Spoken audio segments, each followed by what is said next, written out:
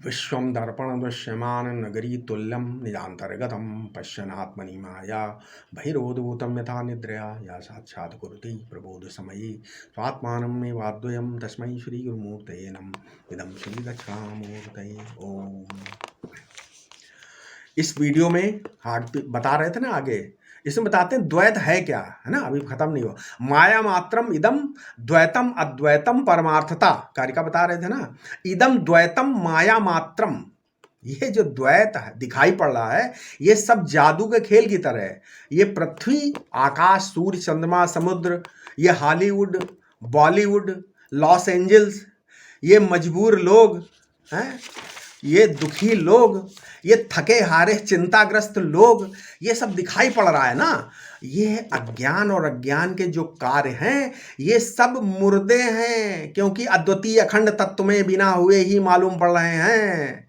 ये संपूर्ण संसार शंकर जी का महाशमशान है, तो महाशमशान चेत रहा है, इसमें सभी जीव खिलौने हैं। संस्कृत साहित्य का नियम है कि यदि किसी शब्द का अर्थ लोक में प्रसिद्ध हो तो वही अर्थ लेना चाहिए, उसके स्थान पर कोई नया अलौकिक अर्थ नहीं करना चाहिए। ये पूर्व मीमांसा की पद्धति हम आपको बता रहे हैं। तो माया क्या है? बोले जादू का खेल, यही अर्थ प्रचलित है ना, है ना। ऋग्वेद में आया ना, इंद्रो माया भी पुररूप येते। ये ऋग्वेद के अनुसार इंद्र ने माया के द्वारा अनेक रूप धारण किए। तो इंद्र कौन है? इदम दृष्टा है, इंद्रदा माने दृष्टा का नाम इंद्र है। ये दृष्टा की दृष्टि है जो प्रपंच के रूप में दिखाई पड़ रही है। सबसे बड़ा जादूगर कौन है? अपनी आत्मा, यही सबसे बड़ी मायावी है। ये सब अपनी ही माया है, माया मात्र, माया ही माया, माया मात्र है। अर्थात माया के सिवाय दूसरी कोई चीज नहीं होती है। अरे ज्ञान होने के बाद फिर माया का क्या होगा? लोग पूछते हैं, अच्छा ज्ञान हो गया तो माया का क्या होगा? अच्छा मान लो ज्ञान हो गया कि ये सब माया है, आपको पता चल गया, तो आपके अंदर ना कोई इच्छा हो, ना सुख हो, ना दुख हो, तो ऐसा फिर ज्ञानी व्यक्ति को तो भोजन भी नहीं करना चाहिए। नहीं, ज्ञान हो गया, भोजन नहीं करना चाहिए, कपड़े भी नहीं पहनने चाहिए, ऐसा नहीं है। अगर कोई स्फुरणा हो गई, वृत्ति बन गई, तो क्या उसमें इतनी सामर्थ्य है कि ब्रह्मपने को मिटा दे? अगर कोई इच्छा अंतःकरण में आ गई तो क्या ज्ञान का नाश हो जाएगा? नहीं होगा। पंचदशी ग्रंथ में इसलिए आया है। पंचदशी ग्रंथ में विद्यारण स्वामी कहते हैं क्या? अप्रवेश चिदात्मानम पृथक पश्यन हम कृतिम इच्छस्तु कोटि वस्तूनि न बाधो ग्रंथि भेदता। पंचदशी 6:262। जिसको हृदय की गांठ खुल गई, जिसकी कि मैं देह नहीं हूं, जिसने चिदात्मा को केवल देह सोचना छोड़ दिया और इस देह में अहंकार को बिल्कुल अपने से पृथक देख रहा है ना, वो यदि कोटि कोटि इच्छाएं भी उसके अंतःकरण में आती हैं तो इससे उसके स्वरूप में क्या बाधा पड़ सकती है? अच्छा, यहाँ पर थोड़ा भ्रम होता है, उसको समझो कि मनुष्य तो सच्चा है और उसको हो गया ज्ञान। तो अब ये मोबाइल मान लो हमारे सामने दिख रहा है, तो यहाँ मोबाइल तो माया है, लेकिन मोबाइल देखने वाला जो मनुष्य है वो माया नहीं है, यानी सच्चा है। ये अधूरा ज्ञान है भैया। ये क्या है? अधूरा ज्ञान है। जो सारी दुनिया को माया मात्र समझता है वो भाई शरीर और अंतःकरण को भी माया मात्र समझता है। नहीं, उसका अपना शरीर भी चींटी और खटमल के शरीर जैसा ही दिखता है, समझे? तो दुनिया को तुमने माया मात्र समझ लिया, लेकिन हमारा अंतःकरण सच्चा है तथा इसको जो समाधि संपन्न रहना चाहिए। कुछ लोग बोलते हैं भाई ये हमारा जो अंतःकरण हमेशा समाधि में रहना चाहिए। इसका मतलब अगर ये आग्रह है तो तुम अभी भी अज्ञानी हो भाई। ये संपूर्ण जड़ सृष्टि भी मेरी आत्मा है, पशु पक्षी मनुष्य सभी मेरी आत्मा है ना, अथवा मेरे सिवाय दूसरा कुछ नहीं है, केवल मैं ही मैं। या दूसरी दृष्टि से ये बोल सकते हो कि मैं सबसे विलक्षण हूँ, सबसे न्यारा हूँ, यही तत्व की दृष्टि है। ये अंतःकरण मेरा, ये अंतःकरण तुम्हारा, ये शरीर मेरा, ये शरीर तुम्हारा, ऐसा भेद नहीं हो सकता। अच्छा, ब्रह्मज्ञानी अपनी दृष्टि से ब्रह्मज्ञानी नहीं है। ब्रह्मज्ञानी अपनी दृष्टि से साक्षात ब्रह्म है, ज्ञानी नहीं है, और संपूर्ण विश्व है, उसके सिवाय दूसरी कोई वस्तु नहीं है। देखो, अश्रद्धालुओं की दृष्टि से वो ब्रह्मज्ञानी है, और संसारी पुरुषों की दृष्टि से जैसे सब मनुष्य हैं वैसे वो भी है। देखो, अपने अपने गुरु, सब अपने अपने जो गुरु हैं सबके लिए ब्रह्म है, ब्रह्मज्ञानी है। धर्म का निर्णय तत्व दृष्टि से नहीं किया जाता है, वो शास्त्र की दृष्टि से होता है। यही हमारे सनातन धर्म की बहुत बड़ी विशेषता है। ठीक है। धर्म विचार गम्य नहीं है, धर्म युक्ति गम्य नहीं है। इसलिए अलग अलग संप्रदाय के अलग अलग धर्म हैं। जैसे सांकर संप्रदाय में क्या धर्म है, रामानुज संप्रदाय में क्या धर्म है, वल्लभ संप्रदाय में क्या धर्म है, ये सब अपनी धर्म मर्यादाएं हैं। लेकिन अद्वैत दृष्टि से मर्यादा का निश्चय करने पर पत्नी और बहन का भेद कैसे होगा, करोगे, कैसे करोगे, है ना। आजकल तो कुछ आचार्य जो हैं वो वेदांत विचार करते हैं, वे हर जगह व्यवहार में भी अद्वैत करते रहते हैं, अद्वैत को ढूंढते हैं व्यवहार में। अरे भाई, व्यवहार में अद्वैत मत ढूंढो।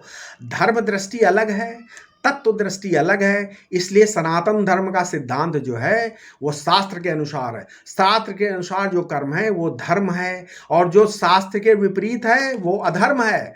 और तत्व दृष्टि से न शास्त्र है न धर्म है, तत्व दृष्टि से न समाधि है न विक्षेप है, तत्व दृष्टि से न मुक्ति है न बंधन है। तत्व दृष्टि तो एकदम स्वतंत्र दृष्टि है, उसमें तो बंध और मोक्ष का भेद नहीं है। परमार्थता अद्वैता, परमार्थ की दृष्टि से अद्वैत है। परमार्थ माने वस्तु का जो परम स्वरूप है, उसका नाम परमार्थ है। व्यवहार में कोई बाधा नहीं होती, माया मात्र व्यवहार तो चलता रहता है। अच्छा, कुछ लोग पूछे तत्ववित्त की पहचान क्या है। तत्ववित्त को पहचानने के लिए क्या करना है, यही देखना है कि उसने अपने अंतःकरण को छोड़ा है कि नहीं। अगर छोड़ दिया है कि नहीं छोड़ा है अपने अंतःकरण को, देखो जो अपने अंतःकरण से संबंध रखेगा वो तो चिंता में रहेगा और सोचेगा अरे मेरे अंतःकरण में ये विचार आ गया, अरे मेरा अंतःकरण में ये क्रोध आ गया, अरे मेरा अंतःकरण में ये काम आ गया। अब दूसरा विचार आया, अब क्रोध आया। अब इनसे पूछो कितनी देर के लिए आया, कितने समय के लिए आया, इसका कोई स्थान है क्या। अरे भाई, ये छोटे से मांस पिंड में ही तो उसका स्थान है, अनंत काल में स्थान नहीं है, अनंत देश में भी उसका स्थान नहीं है। तो अनंत जो सत्ता है उसमें भी स्थान नहीं है, अनंत ब्रह्म में उसका स्थान नहीं है। थोड़ी देर के लिए स्वप्न के समान स्फुरणा हुई और तुम चली गई, और उसी स्फुरणा को पकड़कर तुम दुखी हो रहे हो, अरे अरे मेरा ब्रह्म होना छूट गया, मेरी ब्रह्माकार वृत्ति चौपट हो गई। देखो, अंतःकरण की एक स्थिति से द्वेष करके तुम अपनी ब्रह्मता से द्वेष कर रहे हो कि अरे मैं ब्रह्म नहीं हूं, ये बिल्कुल गलत है। अब आगे श्री गौड़पादाचार्य जी एक प्रश्न उठाते हैं कि परमार्थता अद्वैत ठीक है, लेकिन इस विचार का उपदेश करने वाला एक गुरु है और एक सुनने वाला तो शिष्य है, और तीसरा सुना जाने वाला शास्त्र, ये त्रिपुटी हो गई। तो विकल्प तो बोलते यहां भी बना रहा, यानी द्वैत बना रहा। ये प्रश्न उठाते हैं। तो इसका उत्तर अपनी अगली कारिका में श्री देते हैं। क्या? 18वीं कारिका क्या देते हैं? विकल्पो विनिर्वर्तेत कल्पितो यदि केनचित उपदेशादयम वादो ज्ञाते द्वैतम न विद्यते। यदि विकल्प किसी के द्वारा कल्पित होता है तो फिर उस विकल्प की निवृत्ति भी होती है, परंतु ये जो व्यवहार में ही उपदेशक की दृष्टि से इस विकल्प की कल्पना की कि ये गुरु है ना, ये शिष्य है और ये शास्त्र है, समझदारी प्राप्त करने के लिए ये विकल्प उत्थापित किए गए हैं। वास्तव में तो परमार्थ ज्ञान हो जाने पर तो ये गुरु शिष्य और शास्त्र कुछ भी नहीं है। देखो, जैसे संसार मिथ्या है ये ज्ञान हुआ, वैसे गुरु शास्त्र शिष्य मिथ्या हुए कि नहीं? नहीं। लेकिन ये बात है कि तुमने यदि संसार को पहले मिथ्या नहीं समझा, गुरु शिष्य और शास्त्र को मिथ्या समझ लिया। अच्छा, लेकिन इसमें एक बात है, यदि तुमने संसार को मिथ्या नहीं समझा और गुरु शिष्य शास्त्र को मिथ्या समझ लिया तो फिर आपकी बुद्धि विक्षिप्त है। इसलिए पहले संसार के मिथ्यात्व का ज्ञान होना चाहिए, बाद में दूसरे गुरु शिष्य और शास्त्र को मिथ्या समझने में कोई आपत्ति नहीं है। लेकिन ज्ञानी व्यक्ति जानता है कि गुरु शिष्य और शास्त्र का भेद परमार्थता नहीं है, लेकिन व्यवहार में मर्यादा के अनुसार उचित भेद रूप व्यवहार करता रहेगा। तत्व ज्ञान का अर्थ ये नहीं है कि जो मन में आए वो करो। अगर आप सन्यासी हैं तो सन्यास के धर्म का पालन करें, गृहस्थ है तो गृहस्थ के समान समाज में रहे, नहीं। लेकिन हाँ, व्यवहार जो जीवन में है उसमें राग और द्वेष के लिए स्थान नहीं है। देखो, राग द्वेष तो तभी होगा होगा जब कोई चीज़ सच्ची हो, बहुत कीमती हो। इसी प्रकार जो वस्तु बहुत बुरी हो गई तो द्वेष होगा। जब संपूर्ण प्रपंच ही बाधित हो गया, मिथ्या हो गया, तो राग द्वेष का कोई अर्थ नहीं है। जीवन मुक्त पुरुष की दृष्टि बहुत ही विलक्षण होती है। उसमें न कर्म वासना है, न देह वासना है, ना ही शास्त्र वासना है। कर्म भी एक प्रतिक्रिया होती है, वो है संन्यास। ज्ञानी भी कर्म की महत्ता नहीं होती। इतनी भी कर्म की महत्ता नहीं होनी चाहिए कि समाधि छूट जाए, ध्यान छूट जाए, उपासना ही छूट जाए। देखो, वैज्ञानिक अर्थशास्त्री आदि तो ठीक है, लेकिन देश को, मानवता को ध्यान परायण या निवृत्ति परायण, समाधि परायण महात्माओं की आवश्यकता हमेशा रहती है और रहेगी। और देखो क्या क्या मजा है, बिना धन के, बिना भोग के, बिना प्रवृत्ति प्राण हुए भी हम सुखी रह सकते हैं। सुखी होने के लिए अंतर्मुक्ता की आवश्यकता है। देखो, हम नित्य शुद्ध बुद्ध मुक्त ब्रह्म स्वरूप हैं, ये सत्य है, परमार्थ है। लेकिन जहां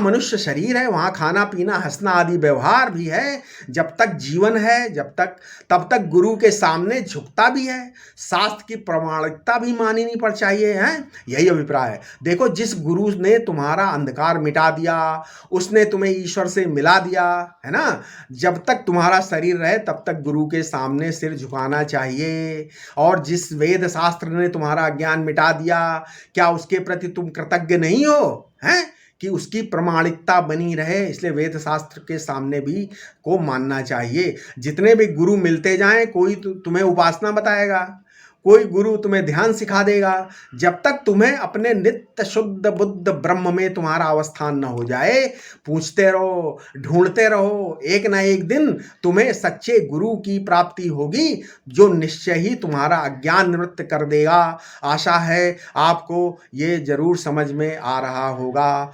ओम शांति शांति शांति।